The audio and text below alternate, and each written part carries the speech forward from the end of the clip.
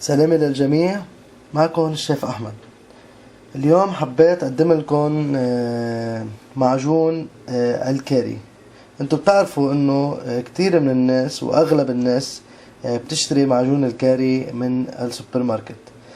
اليوم انا بدي اعلمكم كيف نقدر نعمله بالبيت، طريقة سهلة جدا وبسيطة، وممكن تتخزن لوقت منيح. وممكن تستغنوا ايضا عن البهار الكاري وقت تستعملوه بالاكل، فبتحطوا قليل من هذا المعجون لانه طعمته قوية، فبيقدر يعطينا طعمة لذيذة جدا وقوية للمأكولات الهندية ومأكولات اخرى. هنا المقادير: عنا رأس بندورة مقطع، زنجبيل طازجة مقطع ناعم او متوسط الحجم، ما في مشكلة لانه انا بعدين بدي ارجع اطحنهم كلهم سوا. عنا بصل مقطع بمقدار بصلة صغيرة، عنا 4 حصوص ثوم مقطعين، عنا معلقة كبيرة من عصير الحامض الطبيعي، عنا معلقتين كبار من الخل الأحمر خل العنب، عنا كزبرة خضراء بمقدار معلقتين كبار، عنا بهار كاري بمقدار معلقتين كبار، عنا صلصة البندورة أو معجون الطماطم بمقدار معلقة كبيرة، وعنا كمون ناعم بمقدار معلقة وسط. أول شي نحط كسرول على النار ونوضع فيها قليل من زيت الزيتون أو بمقدار معلقة كبيرة. وتلاحظوا أنا على طول بأغلب الأشياء بستعمل زيت الزيتون. زيت الزيتون زيت صحي وفيه فوايد منيحة، وبيساعد أيضا على حرق الشحوم. من بعد ما نحمي الزيت لا وقت قليل جدا ما بيسوى، بحب أذكركم إنه زيت الزيتون ما لازم نحميه زيادة. نوضع الزنجبيل،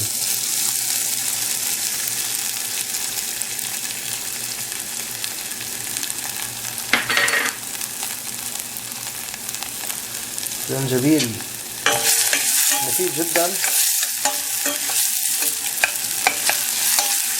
رائحته جميلة،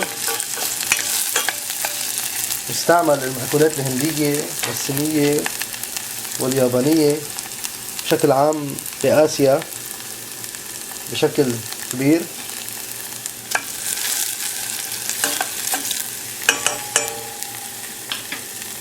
نوضع البصل،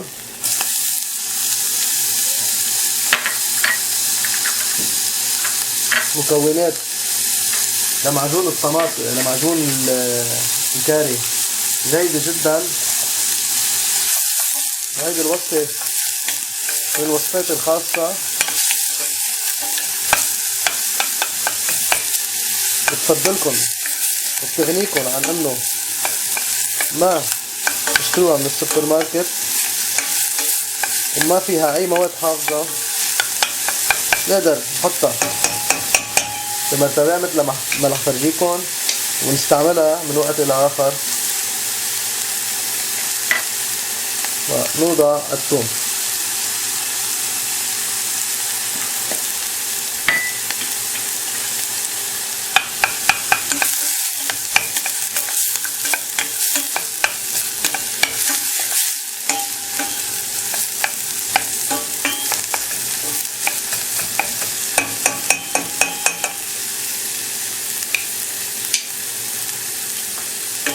رائحة شهية.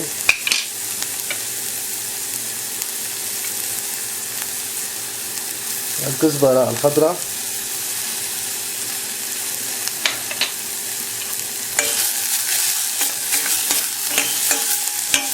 مثل ما شايفين مكونات طيبة جدا.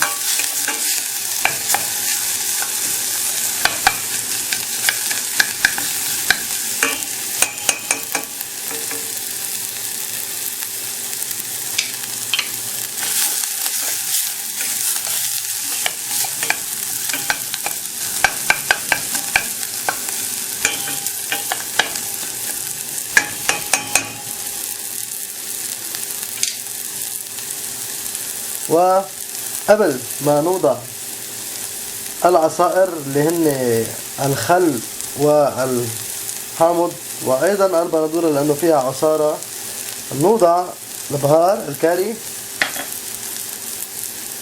مع الكمون الناعم وبنحرق.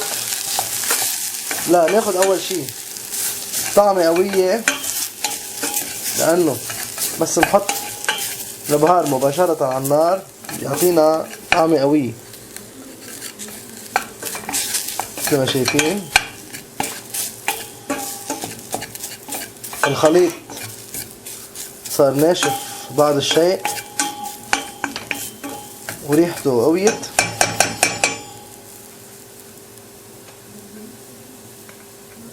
قليل من الوقت ونوضع صلصة البندورة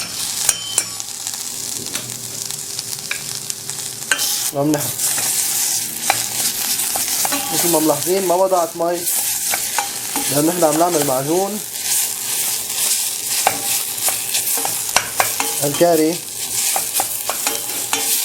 ولكن ما عم نعمل طبخة أو شي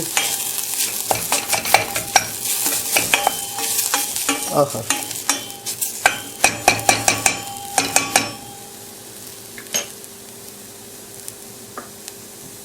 بنرجع بنضيف الخل والحامض النحل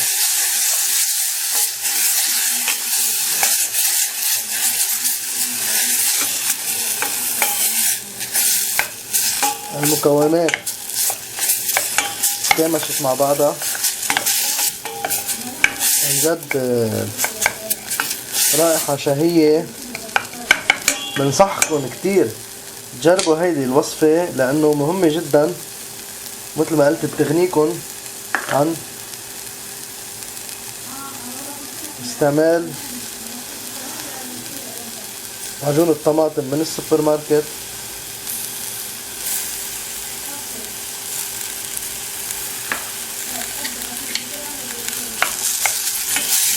البندورة خالية من الماء بعد الشيء، فينا نقطع البندورة ونصفيها شوي.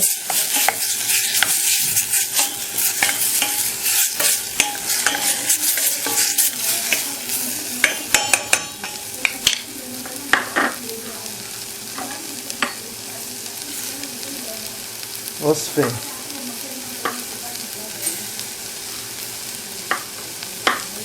جيدة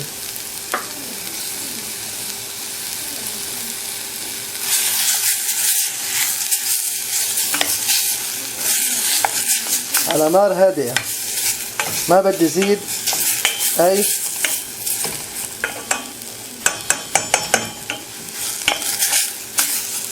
شيء من الماء.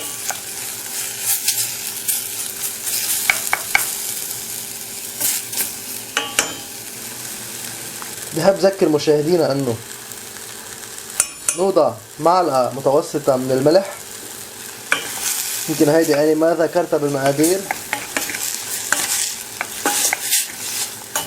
وبنترك الخليط لمدة تتراوح بين 10 دقائق و12 دقيقة على نار هادئة يتطبخ البندورة. ننتقل للخطوة الأخرى. بنحط المقادير بالبلندر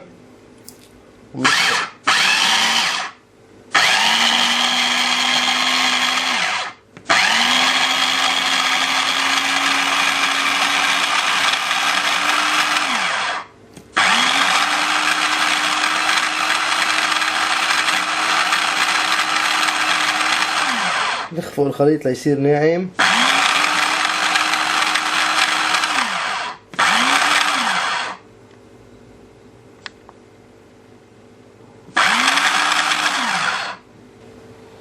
اوكي، من بعد ما طحنت معجون الكاري وعملته بهذا الشكل، وضعته بمرتبين جار صغير للحفظ في البراد، ووضعت عليه قليل من زيت الزيتون هيدا الشي بيساعد على حفظه اكتر وما بينشف، وكمان بيساعد على عدم تعفن المنطقة العليا.